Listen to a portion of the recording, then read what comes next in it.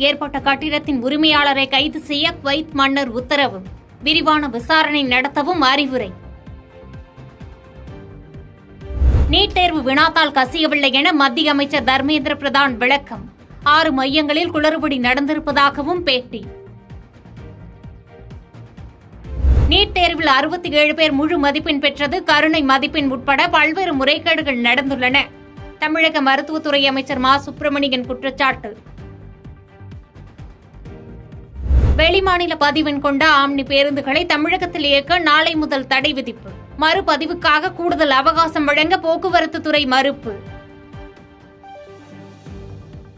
முல்லை பெரியாறு அணைகள் மத்திய நீர்வளத்துறை அதிகாரிகள் ஆய்வு. புதிய அணை கட்ட கேரள அரசு முயற்சித்து வரும் சூழலில் மத்திய முதன்மை கண்காணிப்பு குழு ஆலோசனை.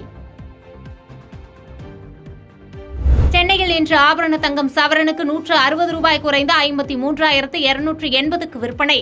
சென்னையில் 1 கிலோ வெள்ளி 600 ரூபாய் குறைந்து 95,200 ரூபாய்க்கு விற்பனையாகிறது.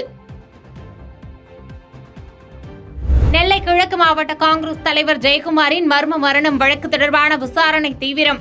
அதிநவீன கருவிகளை கொண்டு பல்வேறு கோணங்களில் விசாரணை செய்து வரும் சிபிசிஐடி போலீசார்.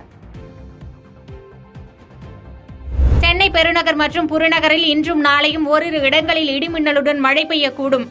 அடுத்த 48 மணி நேரத்தில் வானம் பொதுவாக மேகமூட்டத்துடன் காணப்படும் என அறிவிப்பு.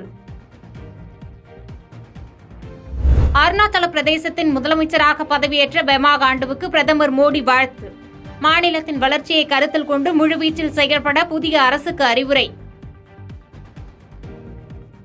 பாதகம் செய்பவரை கண்டால் நாம் பயங்கொள்ளலாகாது பாப்பா, மோதி மிதித்து விடு பாப்பா, அவர் முகத்தில் உமிழ்ந்து விடு பாப்பா.